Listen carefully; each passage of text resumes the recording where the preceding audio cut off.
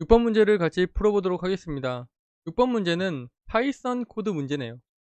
파이썬 코드는 언제나 한 문제씩은 꼭 나오고 있기 때문에 정확한 문법 정도는 알아두셨으면 좋겠습니다. 그래서 이제 def 해서 print num이라고 만들어져 있죠. 이거는 함수예요. 함수에 이제 매개 변수가 num1, num2 두 가지가 있네요. 그리고 여기에서 이 함수를 실행했을 때는 프린트를 해주는데 A는 num1, B는 num2 이런 형태로 출력을 해줘라 라는 거네요. 그럼 여기에 대한 게 이제 실행 결과니까 정답이겠죠. 그러면 print num20을 했을 때 이 호출 결과를 써주면 되는 거예요. 간단한 문제죠. 그런데 여기서 알아야 되는 건 파이썬의 무엇이다? 디폴트 매개 변수라는 거예요. 그래서 디폴트 매개 변수라는 거는 무엇이다? 디폴트가 기본이죠. 기본 매개 변수라는 거예요. 이런 형태로 써줄 수가 있어요. 어떤 값이 들어오지 않았다. 그러면 num2는 2예요, 그냥. 그래서 20이 여기에 들어간 거죠. 그리고 얘가 22이고 그러면 num2는 2니까 결과적으로 이런 답이 나오게 되는 거죠. 그런데 우리가 여기서 주목해야 될 부분은 무엇이다? 여기 이렇게 되어 있지만 20, 예를 들어서 40 이렇게 호출을 했어요. 그러면 이거는 40이 돼요. 어떠한 값이 들어왔다라고 하면 어떻게 된다? 그 값으로 대체가 되고 값이 없을 경우에 우리가 디폴트 값을 쓴다라는 거예요. 그걸 우리가 디폴트 매개변수라고 합니다. 디폴트 매개변수를 같이 한번 살펴보도록 하죠. 파이썬은 함수 정의 시 매개변수의 디폴트 값을 지정한 뒤 함수를 호출할 때 디폴트 값이 지정된 부분에 매개변수를 생략하고 함수를 호출하면 디폴트 값이 매개변수로 입력되어 함수가 호출된다 라고 되어 있죠. 이게 디폴트 매개변수예요. 그래서 이 예제를 보게 되면 myinfo라는 함수를 하나 만들어 놨어요. 그래 놓고 name이라는 변수 그리고 old라는 변수 매개 변수가 세 가지가 있네요. 젠더는 기본이 m이에요.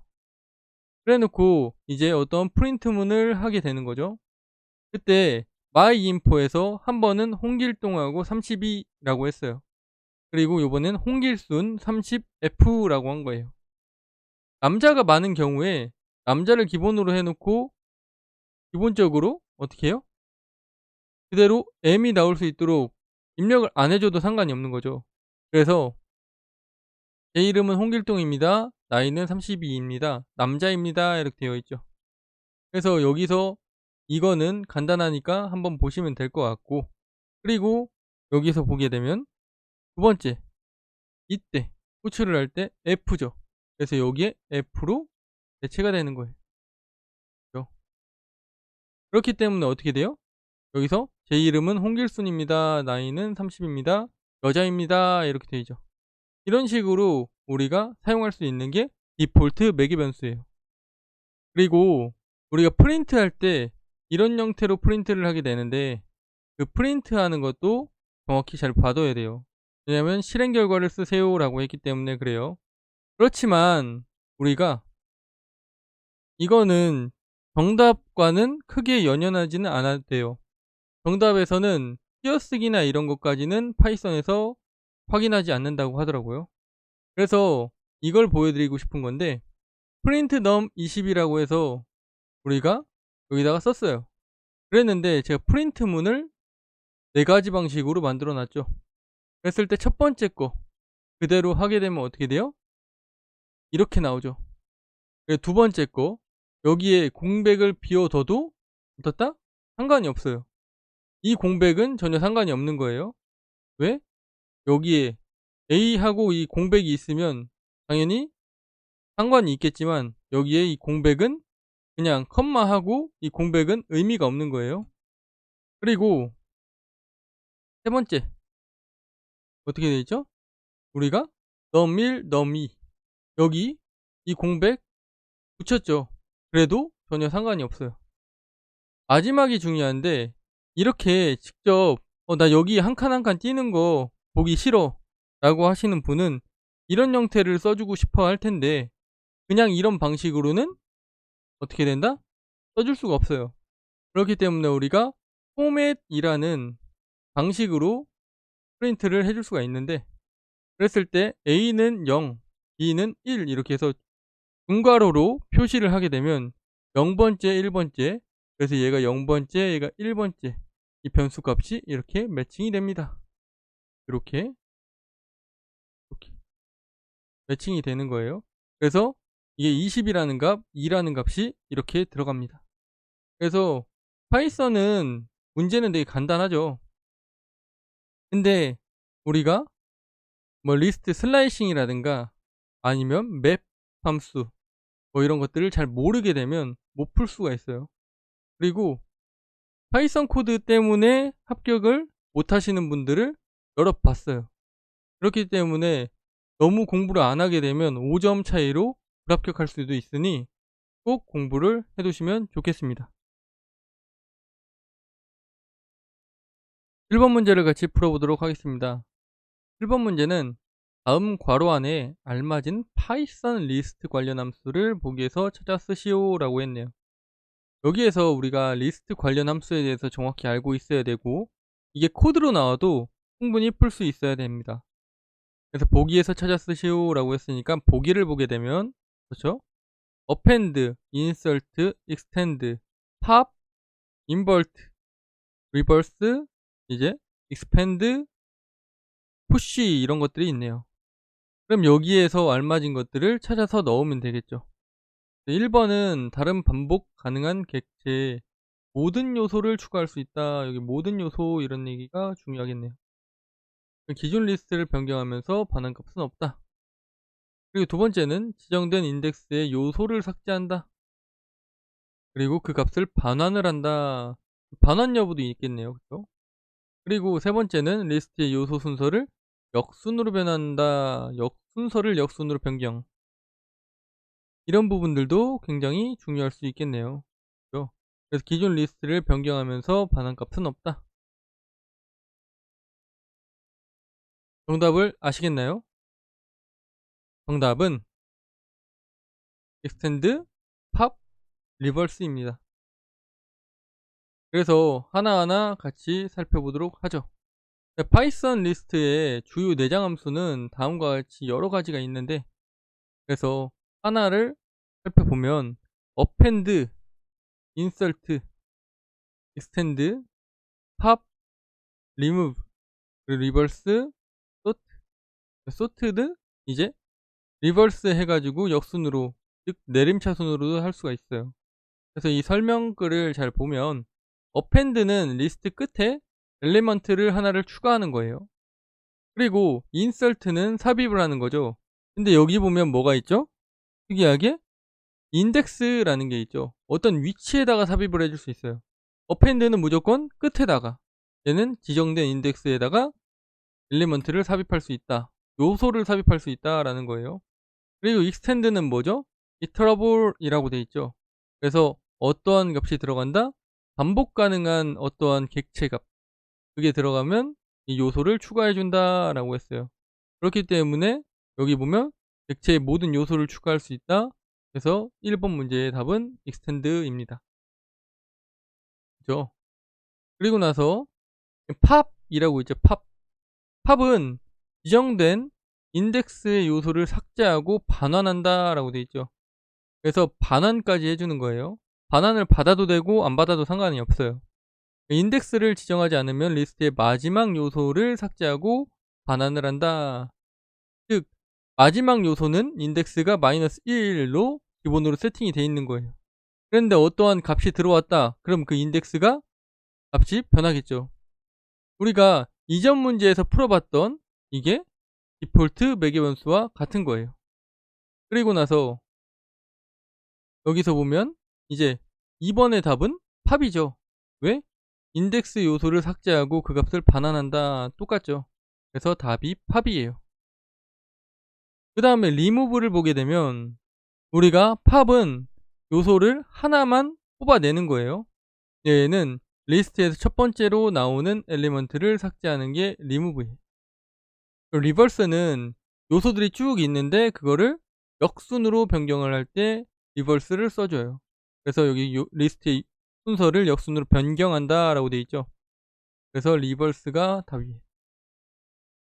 그리고 솔트는 어떻게 돼요? 오름차순으로 정렬한다. 이게 정렬이죠. 그렇죠?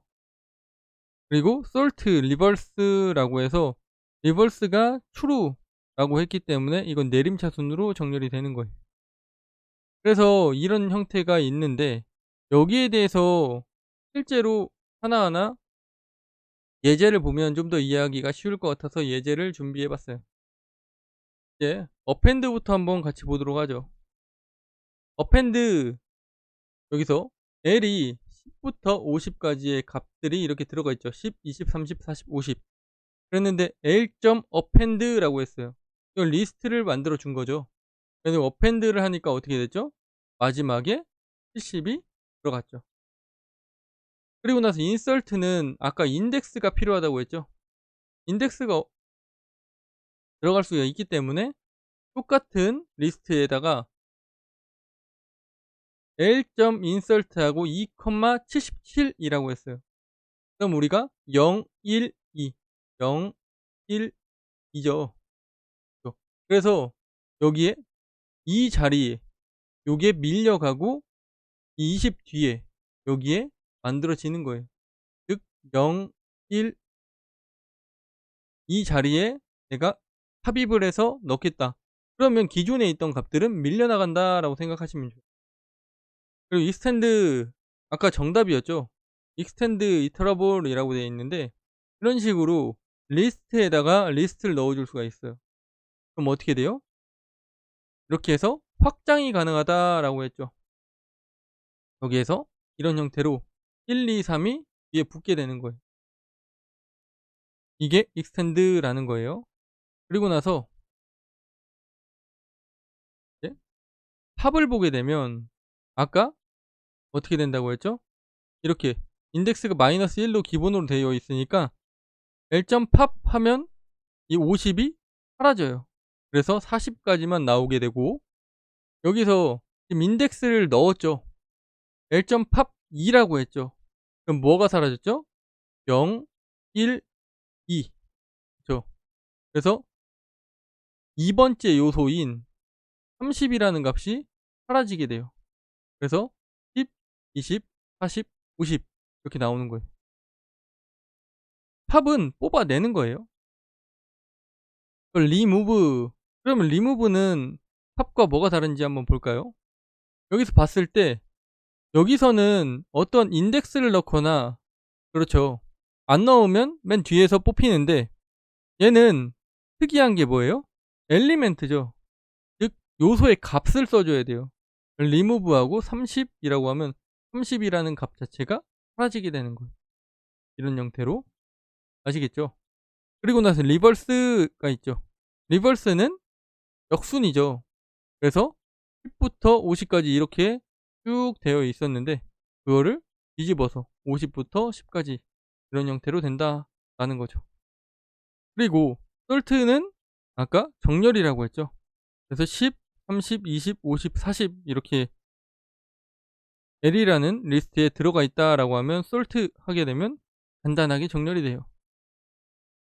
실제로 C 언어에서는 이런 정렬을 하기 위해서 우리가 뭐 버블 정렬이라든가 뭐 삽입 정렬 이런 것들 선택 정렬 이런 걸 가지고 만들어 주게 되는데 간단하게 솔트만 하면 이렇게 된다라고 생각하시면 좋을 것 같아요.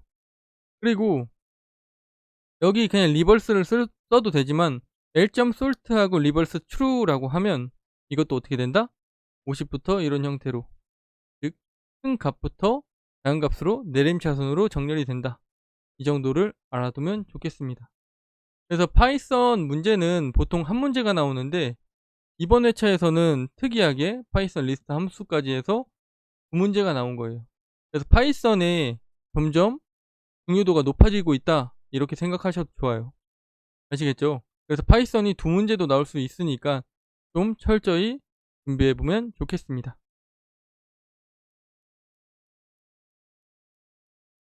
8번 문제를 같이 풀어보도록 하겠습니다. 8번 문제를 보면 다음은 무선 공유기의 암호화 방식 중 하나다 라고 되어 있네요. 그래서 암호화 방식에 약어를 쓰세요 라고 했죠. 약어 문제들이 가끔 잘 출제가 되고 있기 때문에 약어에 대해서도 잘 알아두는 게 중요해요. 그래서 단순하게 임시 키 무결성 프로토콜의 약어이다 이렇게 하면 여기에서 임시니까 템포로 아닐까? 이렇게 키니까 K 이런 식으로 우리가 하나하나 생각을 해보면서 이렇게 맞춰도 되지만 정확하게 얘가 뭐 하는 건지를 알고 있으면 좀 더 쉽게 맞출 수가 있겠죠. 두 번째는 와이파이 네트워크에서 사용되는 암호화 프로토콜 중 하나. 아, 와이파이에서 쓰는 거구나. 그래서 WEP 암호화 프로토콜의 보안 취약점을 보완하기 위해 개발되었다. 실제 문제에서는 이 내용은 없을 수도 있어요. 단순하게 이것만 나올 수 있는데 저는 이게 어떤 건지 하나의 힌트를 더 드리고 그리고 한 번 더 공부를 해서 이게 이런 거구나를 알 수 있도록 문제에다가 넣어 봤어요. 정답은 PKIP예요. PKI. Temporal Key Integrity Protocol. 그래서 여기서 보면 무선 공유기 암호화 방식 중 하나라고 했죠. 그래서 이게 인증 방식이라는 게 있고 암호화 방식이라는 게 있어요. 우리가 와이파이를 열심히 쓰고 있는데 이걸 인증을 받아야 되고 그리고 어떤 암호화가 돼야지만 이게 보안이 좀 철저하게 사용할 수 있겠죠. 인증 방식에는 WPA, PSK라는 게 있고 여기 WPA2, PSK라는 방식이 있어요. 그래서 이런 방식들이 있구나를 알면 돼요. 그리고 나서 암호화 방식에서는 우리가 이걸 보고 있으니까 여기에서는 뭐가 있다? 여기서 WEP라는 게 있죠. 그래서 치명적인 보안 취약점이 발견됐다. 어떤 문제점이 발견된 거예요. 2004년에 사용 중단을 선언을 했어요. 그리고 나서 이 보안 취약점을 대체하기 위해서 뭘 만들었다? PKIP라는 걸 만들었어요. 그래서 여기 보면 보안 취약점을 보완하기 위해 개발되었다 이 얘기가 이 말입니다. 그리고 AES라는 게 있죠. 그래서 여기서 고급 암호화 표준 방식이라는 걸 알고 있으면 돼요. 현존하는 가장 좋은 암호화 방식은 뭐다? 이렇게 WPA2 PSK 이것과 AES 이것을 같이 혼합한 인증은 이걸 채택하고 암호화 방식 이걸 채택해서 한 방식이 가장 좋다라는 거예요. 그래서 우리가 무선 공유기 화면 설정을 보게 되면 이런 것들을 보신 적이 있을 수가 있어요. 여기서 인증 방법을 선택할 수 있는데 여기서 이런 식으로 쓸 수가 있는 거죠. WPA to PSK 이렇게 여기 있죠. 그리고 암호화 방법에서 이런 식으로 WP 64, 128 있는데 AES를 보통 채택을 하게 되는데 그 중에 하나가 우리가 또 쓸 수 있는 게 PKIP이다. 그래서 이렇게 우리가 클릭을 해줄 수 있다라는 거죠. 그래서 암호화 방법은 다음과 같이 있는데 여기에서 임시 키 무결성 프로토콜의 약어는 PKIP이다. 이렇게 생각하시면 좋을 것 같아요. 그래서 이런 용어 문제들이 많이 나올 수가 있어요. 그래서 용어에 대해서는 철저히 잘 공부해 두면 좋겠습니다.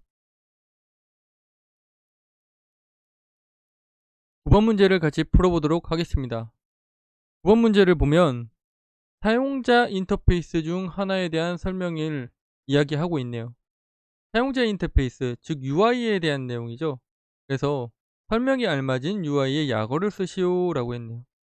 그래서 우리가 이제 UI가 뭐만 있는지 잘 생각을 해보면서 여기 문제를 읽어보면 되겠죠. 전통적인 컴퓨터 인터페이스와 달리 키보드, 마우스 또는 터치 스크린과 같은 중계자나 매개체 없이 사용자의 동작, 목소리, 제스처 등을 이용하여 컴퓨터와 상호작용할 수 있는 사용자 인터페이스다 라고 했어요. 이렇구나. 그러면 여기서 중요한 게 뭐예요? 뭐가 없이? 이런 매개체가 없이라고 했어요.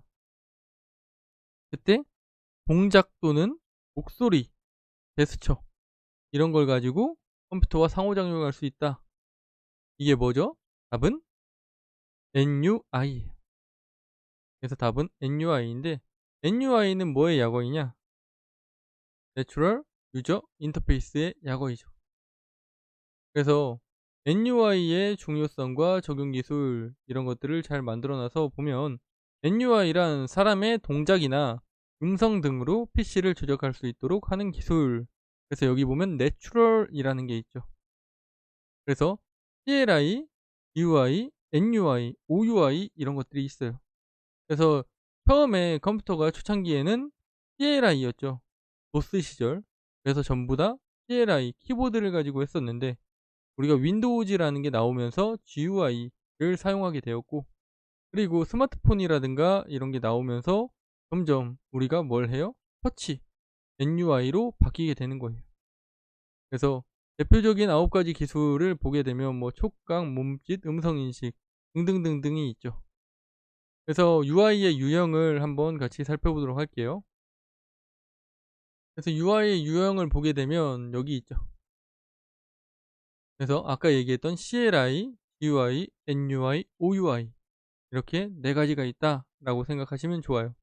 그래서 CLI는 우리가 정적인 텍스트 기반이다. 그리고 GUI는 그래픽 반응 기반 인터페이스.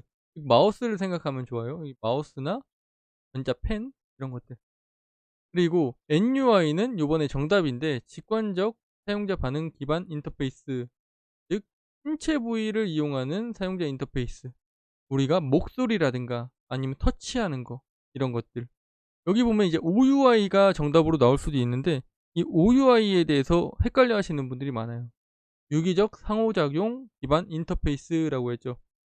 현실에 존재하는 모든 사물이 입출력 장치로 변화할 수 있는 사용자 인터페이스라고 되어 있죠. 즉 모든 사물에 대해서 입출력 장치가 된다. 이게 무슨 이야기일까요? 일단 CLI, GUI, NUI는 여기에서 이렇게 변했다 라고 생각하면 좋고 그래서 OUI에 대해서 이걸 한번 가져와 봤어요. 오브젝트 유저 인터페이스예요. 오브젝트 유저 인터페이스. 그래서 우리가 이 빔으로 이렇게 이 장치에서 레이저 프로젝션 키보드인데 프로젝션을 쐈어요. 그러면 여기에 키보드 모양이 이렇게 나와요. 그럼 우리가 이거를 터치를 할 수 있겠죠. A, E, E, E 이런 식으로. 그러면 그게 컴퓨터에 입력이 되는 거예요. 그래서 우리가 이걸 뭐라고 한다? 레이저 키보드, 터치 마우스 이런 식으로 이야기를 하는 거예요. 그래서 이걸 레이저 키보드다라고 생각하면 돼요. 마우스도 가능해요. 어찌 됐든 이런 게 있다라고 생각을 하시면 좋은 거예요. 그래서 이게 OUI다. 요번에 정답은 NUI였는데 요번에 정답이 이제 OUI가 나올 수도 있고 아니면 이 UI의 변천사에 대해서 나열하시오라고 하면 어떻게 한다? CLI, GUI, NUI, OUI 이런 형태로 써주면 됩니다. 그래서 이 UI에 대해서는 그렇게 어렵진 않기 때문에 정확하게 이해하고 잘 외워두면 좋겠습니다. 10번 문제를 같이 풀어보도록 하겠습니다. 10번 문제를 보면 이 분석 기술에 대한 설명이라고 나와 있네요. 분석 기술이 무엇이 있는지 잘 알고 있어야 되고 각 항목에 알맞은 정답을 보기에서 찾아 쓰시오 라고 되어 있어요. 보기는 다이나믹 아날리시스부터 코드 리뷰까지 다양하게 있는데 일단 이 1번과 2번에 들어갈 정답을 한번 같이 생각을 해보는 거죠. 그랬을 때 여기서 특징은 소스 코드를 분석하여 잠재적인 오류, 코딩 규칙 위반, 취약점 등을 식별하여 품질 향상을 위해 사용된다. 이 기술이 무엇인가 생각해보고 실행 중인 코드를 분석하여 성능, 보안, 테스트 커버리지 등을 평가하는 데 쓴다라고 되어 있죠. 그럼 이런 걸 보면서 어떤 게 특징인지를 잘 잡아내야 되는데 여기는 소스 코드를 분석한다. 여기는 실행 중인 코드를 분석한다라는 거예요. 그럼 여기에 정답이 보이시나요? 정답은 그렇죠. 스태틱 아날리시스 그리고 다이나믹 아날리시스예요. 그래서 스태틱, 다이나믹 이렇게 되어 있는데 이거를 한국어로 하면 이 정적, 동적, 정적 분석, 동적 분석이라고 생각하시면 돼요. 그래서 하나하나 살펴보게 되면 우리 소프트웨어 개발 프로세스 V 모델이 다음과 같이 생겼어요. 그래서 요구사항 정의부터 설계, 상세 설계, 구현, 그리고 테스팅을 해야겠죠. 그래서 검증을 한다라는 거예요. 그때 단위 테스트, 통합 테스트, 시스템, 인수 테스트 이런 형태가 있는 거예요. 그때 이 구현 부분에 어떻게 있어요? 정적 분석이라고 있죠. 그래서 코딩을 뭐 체크하고 실행 시간 오류를 체크하고 그리고 디버깅하는 거 이런 것들을 우리가 이제 구현 단계에서 하는데 그때 여기에서 정적 분석이 이렇게 있는 거죠. 공적 테스팅은 이때 들어가게 되는 거예요. 우리가 단위 테스트, 통합 테스트를 할 때 공적 테스팅을 한다. 이제 코드를 실행을 하면서 하는 거예요. 그래서 정적 시험은 스태틱 아날리시스라고 했죠. 그래서 제일 중요한 게 여기 보면 소프트웨어를 미실행한다. 즉 코드를 실행하지 않아요. 그래서 뭘 본다? 코딩 규칙이 맞는지 그리고 실행 시간 오류 같은 게 없는지 이런 것들을 보는 거예요. 그래서 런타임 에러가 없는지 또 그리고 동적 시험은 어떻게 해요? 소프트웨어를 실행한다라고 했죠. 그래서 코드 실행률 우리가 커버리지라고 해서 문장 커버리지, 분기 커버리지 이런 것들. 그래서 이게 우리가 커버리지 하면 딱 떠올라야 되는 거는 화이트 박스죠. 그래서 화이트 박스라고 생각하시면 좋아요. 그래서 이제 정적 분석 기술과 동적 분석 기술의 비교를 보게 되면 정적 분석 기술은 프로그램 소스 코드를 가지고 해요. 동적 분석 기술은 실제 웹 애플리케이션을 가지고 돌리면서 하겠죠. 그래서 평가 기술은 뭐 오염 분석과 패턴 비교를 하고 그래서 뭐 메시지 변경을 한다든가 이런 것들을 해보는 거예요. 그래서 점검 단계는 애플리케이션 개발하는 단계, 여기서는 실 웹사이트가 준비될 경우에 상시로 우리가 하나하나 이제 단위 테스트부터 통합 테스트까지 이런 것들을 할 때 하게 되는 거죠. 그래서 이 관련 도구들도 있고 이런 식으로 있다. 근데 보통 동적 분석은 이해가 잘 되는데 정적 분석이 가능한가? 라는 거에 대해서 궁금해 하시는 분들이 있을 것 같아요. 그래서 정적 분석의 작동 방식도 제가 조금 더 준비를 해 봤어요. 정적 분석 도구는 이제 컴파일러와 비슷하게 작동을 한다. 그래서 뭐예요? 컴파일러는 번역을 하는 거죠. 문법적으로 문제가 없는지를 보는 거예요. 컴파일러처럼 우리가 소스 코드를 분석하여 프로그램의 추상 구문 트리와 기호 테이블을 생성을 한다. 그래서 이 추상 구문 트리로부터 중간 표현인 이 IR이 만들어지고 그 중간 표현에서 제어 흐름 그래프가 구성이 돼서 이렇게 우리가 정적 분석 도구를 쓸 수 있도록 만들어진다라는 거예요. 그래서 여기서 보면 다양한 방식으로 하게 되는데 그중에 이제 미사용 변수라는 게 있어요. 여기 상위 10가지 코드 결함이 있죠. 그중에 탑 1이 assigned variable is not used. 즉 할당된 변수인데 그게 사용 안 되는 거죠. 그걸 우리가 미사용 변수라고 이야기를 하죠. unused variables 이렇게 이야기를 하는 거예요.